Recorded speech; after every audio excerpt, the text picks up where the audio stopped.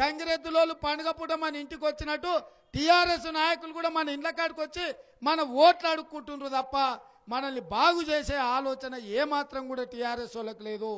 నేను ఈ వేదిక మీద నుంచి శ్రీనివాస్ యాదవ్ని అడుగుతున్నా, నువ్వు మా పార్టీ, మా కార్యకర్తల చెమట, మా కార్యకర్తల రక్తం, మా కార్యకర్తల ప్రాణాలు సైతం లెక్క చేయకుండా సైకిల్ గుర్తు మీద నిన్ను ఎమ్మెల్యే గెలిపిస్తే నువ్వు అంతకుముందు కేసీఆర్ ఏమన్నాడు ఆయన అంటే, రూమ్లో కేసీఆర్ నేసి ఫ్యాన్ 5 మీద పెడతానంట, కేసీఆర్ ఆ గోడకి ఈ గోడ కొట్టుకుంటాడని చెప్పాడు శ్రీనివాస్ యాదవ్.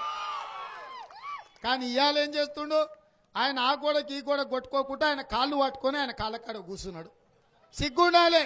మొన్నటి వరకు నువ్వేం మాట్లాడినావు, ఇవాళ పోయి కేసీఆర్ గేట్ కాడ కాపలా కుక్కలాగా కూర్చున్నావు తప్ప నువ్వు నీ ఓట్లేసి గెలిపించిన కార్యకర్తలను కాపాడేటట్టు చేస్తున్నావా? నువ్వు ఒక్కసారి ఆలోచన చేసి శ్రీనివాస్ యాదవ్, నువ్వు ప్రజల్ని మోసం చేసింది కాక మళ్ళీ నీ వెనకాల నీ తాబేదారులను మోసుకొచ్చారు.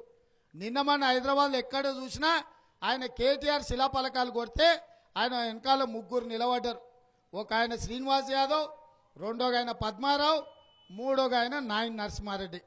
ఇది చూస్తుంటే నాకు అనిపించింది, మా దగ్గర మేజావు చెప్తుండే, సాబ్ లావు మొనగాళ్ళు లడాయిపోతే వెనకాల 3 నూకుడు మొనగాళ్ళని, ఈ మొనగాళ్ళు లడాయిపోతే వెనకాల 3 నూకుడు మొనగాళ్ళని. ఇక ఆయన నాయన్ నరసింహారెడ్డి హోంమంత్రి, చూడడానికి మీసాలు బాగానే ఉన్నాయి, కానీ లాటేమో కేసీఆర్ దగ్గర ఉంది, టోపేమో కేటీఆర్ దగ్గర ఉంది. ఆయన ఉత్తరే హోంమంత్రికి తక్కువ, హోంగార్డుకి ఎక్కువ, ఆయన చేతులు ఏంది లేదు.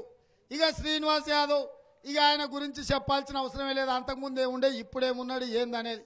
పద్మారావు, ఆయన ఎవడన్నా పాలు తాగితే ఆరోగ్యం బాగుంటుంది, గుడ్డు తింటే ఆరోగ్యం బాగుంటుంది, లేకపోతే పొద్దున్నే లేచి మార్నింగ్ వాక్ చేస్తే ఆరోగ్యం బాగుంటుంది అనేవాడని చెప్తాడు. కానీ సెక్రటేరియట్కు సీప్ లిక్కర్ బాటిల్ తెచ్చి ఇది తాగితే ఆరోగ్యం బాగుంటుంది, కేసీఆర్ లెక్క ఉండొచ్చు మీరు అని చూపిస్తున్నాడు ఆయన.